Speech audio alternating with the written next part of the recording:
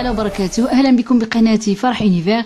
في هذا الفيديو سوف نتكلم عن المهن التي تعتبر مهن يعني جد مطلوبة هنا ببلجيكا، سواء الأشخاص الذين يريدون القدوم من خارج بلجيكا في إطار ما يسمى بالبيرمي إونيك، يعني الرخصة الموحدة للإقامة والعمل هنا ببلجيكا التي عملتها بلجيكا ابتداء من سنة 2019.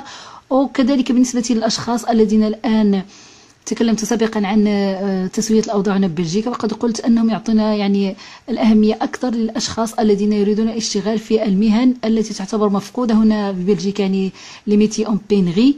يعني هنا في هذا الفيديو سوف أقول لكم يعني ما هي المهن الجد المطلوبة هنا ببلجيكا. ولكن قبل أن أبدأ هذا الفيديو أتمنى لكل من دخل أول مرة قناتي أن يشترك بها، ولا تبخلوا علي بإعجاباتكم وتفعيل الجرس ليصلكم كل جديد.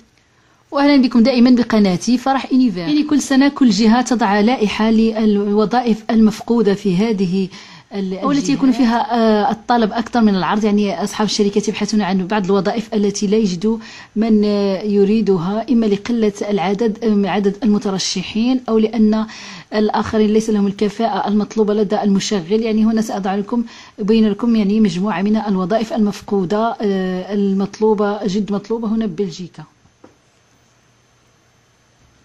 يعني بالنسبة لجهة الوالونية، يعني الجهة الوالونية يعني نجد مركز ما يسمى بالفوغيم هو الذي يضع كل سنة لائحة للميتي اون بينغي، يعني الوظائف المفقودة المطلوبة جد مطلوبة في هذه الجهة، من بينها أباتور يعني بالفرنسية أباتور، عندنا أجيستور ميكانيسيان، أناليست بيزنس، أناليست فينانسيي، أناليست انفورماتيك، architecte, attaché technico-commercial, عندنا boulanger, عندنا carreleur, عندنا carrossier, عندنا chaudronnier tôlier, عندنا chauffeur d'autocar, عندنا chauffeur de poids lourd، يعني هنا لي شوفور ديال الشاحنات جد مطلوبة، ودوتوكار يعني مطلوبة جدا هنا ببلجيكا. عندنا chef de chantier, chef de cuisine, chef de partie, chef d'équipe dans la construction يعني في البناء، شيف ديكيب دي زاندستري دو بروسيس. عندنا كونطاب يعني تاع المحاسب هنا مفقود في بلجيكا. عندنا كوندكتور دو طوبوس، هنا انا اتكلم عن الجهه الوالونيه وبعدها ساعمل لكم لائحه خاصه بجهه بروكسل. عندنا كوندكتور دو ماشين اغريكول يعني خاص بسياقه الالات الفلاحه. كوندكتور دو ترافو، عندنا كوندكتور دونجان دو تيراسمون. عندنا كونسيي اون اسيرونس يعني حتى المهن الخاصة بالتأمين هي جد مطلوبة اون اسيرونس. كونسيي اون بريفونسيون، كوفرور، عندنا كويزينيي، ديكوبور اي ديزوسور يعني في مجال الجزارة يعني جزار يعني بوشي. عندنا ديسيناتور دو لا كونستركسيون، عندنا ديفلوبور انفورماتيك، dispatcher des transports routiers de marchandises. عندنا électricien de maintenance industrielle، عندنا électromécanicien de maintenance industrielle، عندنا ergothérapeute، expert de l'audit et du contrôle comptable et financier، عندنا expert sécurité informatique، géomètre، عندنا infirmier en soins généraux، infirmier en soins spécialisés، ingénieur d'affaires، installeur de piscine، installeur électricien، installeur en système de sécurité. عندنا حتى ماسون يعني هنا مفقودة، هي من المهن التي تعتبر مفقودة. عندنا ميكانيسيان agricole et travaux techniques، mécanicien d'entretien industriel، mécanicien poids lourd، mécanicien polyvalent، médecin généraliste، menuisier يعني حتى نجار، maîtreur diviseur. عندنا مونتور اون سانيتير اي شوفاج، يشتغلون يعني في التدفئة وغيرها في كل سانيتير يعني مطلوبين. عندنا مونتور اون ستركتور بوا، مونتور فريغوريست، اوبيراتور سور اباري دو ترانسفورماسيون فيزيك او شيميك، اوفريي دو فواري، باتيسيي حتى باتيسيي، فارماسيان، بلافونور، ريسبونسابل دو جيستيون اندستريال اي لوجيستيك. عندنا responsable de production، responsable des métiers et industrialisation، responsable qualité et affaires réglementaires، عندنا responsable recherche et développement، soudeur، عندنا technicien automaticien، technicien de bureau d'études en construction، technicien en maintenance en électronique، technicien de production des industries de process، technicien d'entretien et d'exploitation de chauffage, technicien d'installation et de maintenance industrielle, technicien en système d'usinage métal، عندنا technicien frigoriste et وعندنا تويوتور اندستري. يعني هذو لي ميتي اون بين غير المفقوده، ولكن هناك ميتي اللي مازال ما اصبحت مفقوده، ولكن حتى هي ولات يعني عددها قليل جدا، مثل اكويون دونفون ا دوميسيل يعني لاستقبال الاطفال في المنازل، اجون دو غارديناج، اجون دونتروتيان دو ليو بوبليك او بريفي، اجون ايموبيليي، ايد ميناجي. حتى ايد ميناجي اصبحت مطلوبه هنا.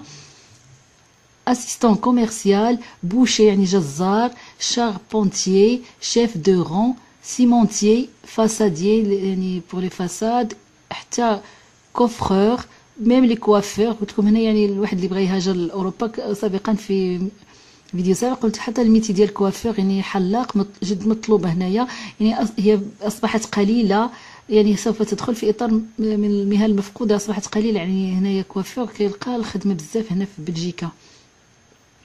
عندنا ايضا كونديكتور دو لين دو برودكسيون اون اندستري اليمونتير يعني في الصناعه الغذائيه، كونديكتور دو ماشين دو فابريكاسيون دو برودوي تكستيل.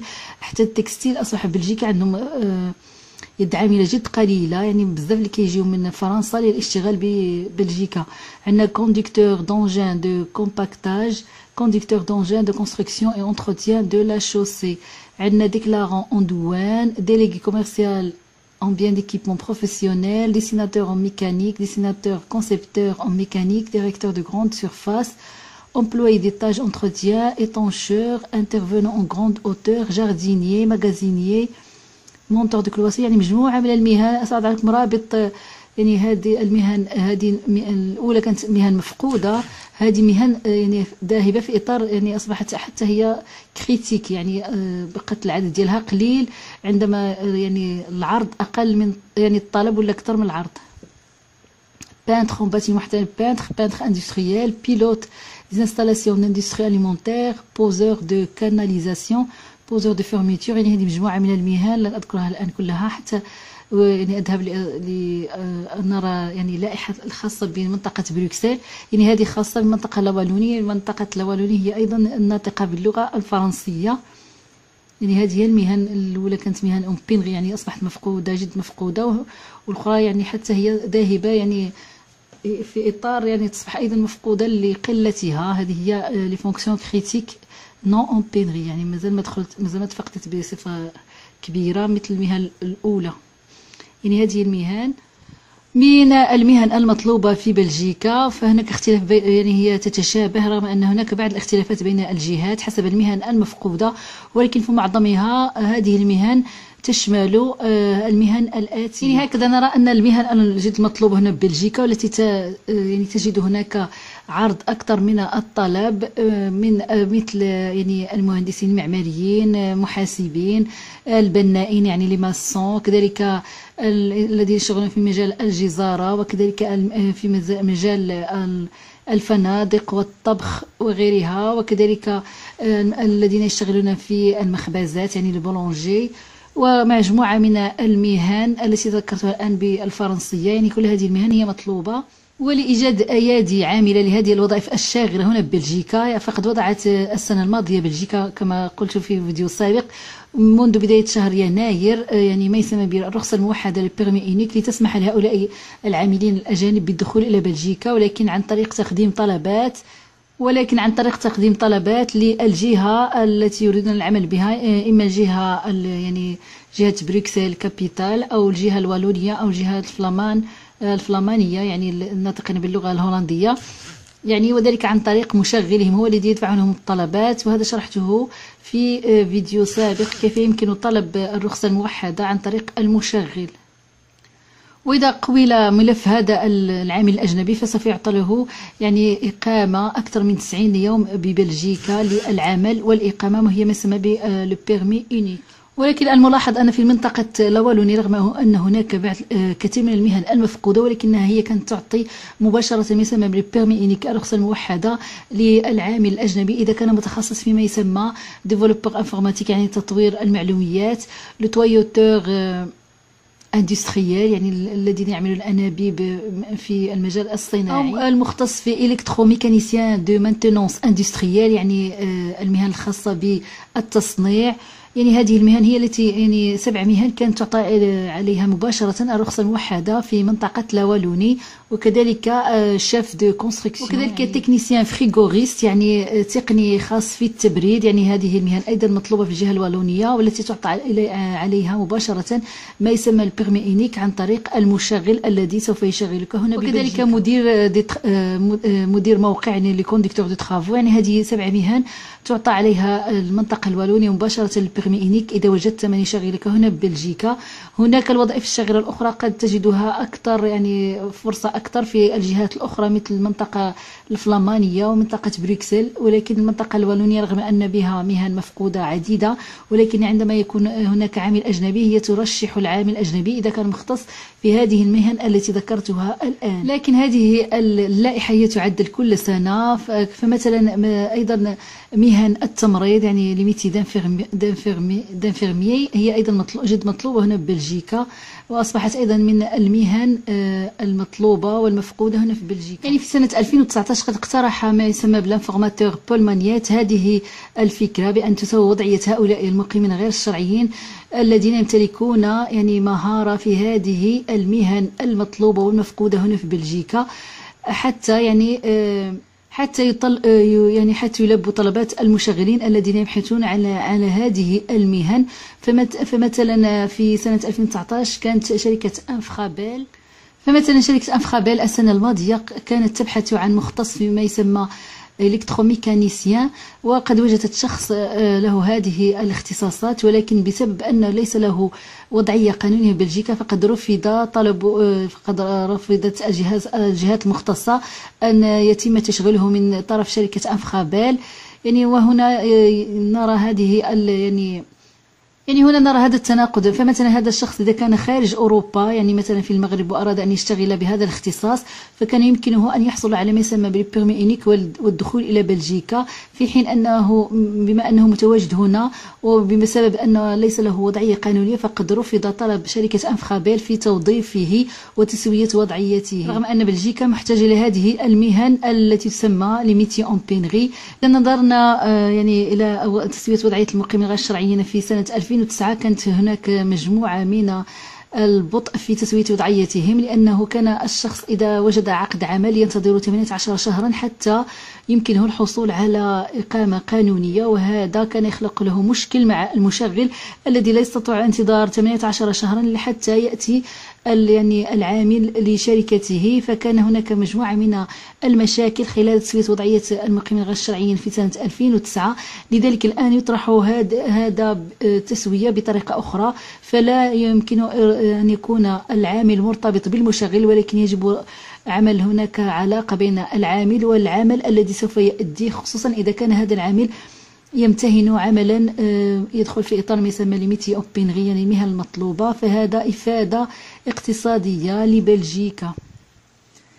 لهذا الآن سوف يعتمد على الوظيفة التي يختارها المقيم غير الشرعي التي سوف يمتهنها إذا حصل على إقامة قانونية، فهذه الوظيفة هي التي سوف تلعب دور كبير في تسوية وضعيته، خصوصا إذا كانت من هذه المهن المطلوبة حاليا كما ذكرتها الآن. وفي هذا الفيديو سوف نرى أيضا المهن المفقودة في بلجيكا، خصوصا مع أزمة هذا المرض. أصبحت مهنة المحاسب أكثر يعني مطلوبة أكثر في هذه الأزمة. Économique à présent, comme chaque année, les agences de l'emploi en Wallonie et à Bruxelles publient le baromètre des métiers en pénurie. Voilà de quoi intéresser ceux qui sont à la recherche d'un travail. Bonsoir Aline Delvoye. Ça peut paraître étonnant, mais il y a des patrons qui cherchent à embaucher et qui n'y parviennent pas. Oui, et il y a 2 raisons à cela. La première, c'est ce qu'on appelle les métiers en pénurie, des postes pour lesquels il n'y a pas suffisamment de candidats. Prenez par exemple cet exemple simple, on ouvre 10 postes d'électromécanicien, et bien il n'y a qu'un seul candidat qui va se présenter. On parle de métiers en pénurie aussi, par exemple pour les carreleurs, les couvreurs ou encore les analystes financiers. Dans ces cas-là, eh bien la solution, c'est ou susciter de nouvelles vocations ou favoriser les réorientations de carrière. On parle alors d'un problème de quantité. Oui, un problème de quantité, un problème aussi de qualité parfois.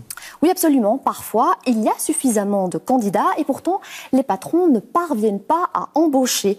Il y a en fait ceux qui postulent avec un diplôme tout à fait correspondant, mais qui n'ont pas les compétences requises pour l'emploi. D'un autre côté, il y a aussi des personnes qui refusent des offres parce que les conditions de travail sont trop pénibles ou le salaire est trop bas. Dans cette liste, on retrouve des métiers comme le métier de préparateur de viande, d'aide ménager, de coiffeur ou encore de technicien de laboratoire. Une solution pour ces métiers-là, c'est soit les revaloriser financièrement, soit faire en sorte que la formation soit plus adéquate à la demande du marché. Un dernier élément, est-ce que la crise du Covid, est-ce qu'on le sait, est-ce qu'elle va avoir un impact sur ces métiers en pénurie? C'est très tôt pour le dire, mais on peut dire par exemple qu'avec la reprise d'activité et les difficultés de certaines entreprises, certains profils vont être très sollicités, comme les comptables qui étaient déjà très recherchés avant la crise.